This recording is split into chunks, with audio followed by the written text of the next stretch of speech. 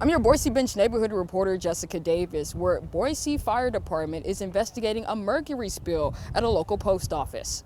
Around 4:30 p.m., Boise Fire was dispatched to the Overland Station post office in response to a spill of mercury in the parking lot. We have a report that somebody had a jar of it. They were transferring it into another jar, dropped the jar.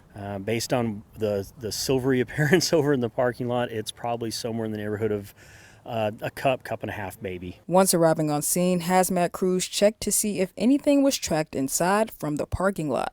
Then they made sure all employees and patrons were out of the building. Halfway full. There is quite a bit of over there, and you can see like there's still some in there, which is why I put it in another jar. One woman who was on the scene was actually the person who made the spill. She didn't want to be on camera, but says the mercury was her roommate's and she was driving his car.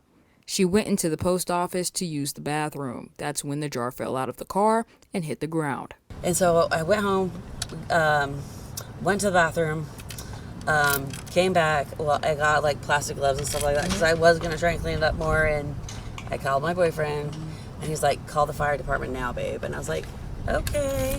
That's when Boise Fire and Hazmat arrived. Everyone inside and outside of the building were checked and deemed as okay. But the affected area of the parking lot is closed off until properly cleaned by crews. It literally was like beaded up, like splattered. I mean, it was like mostly contained, beaded up in a little spot, but that splattered quite far, actually. Boise Fire Department says they don't know how long the cleanup will take, and they're not sure if the post office will be open on Friday. But what they do know is that the mail drop box will be open for people to drop off their mail. I'm your neighborhood reporter, Jessica Davis, reporting from the Boise Bench.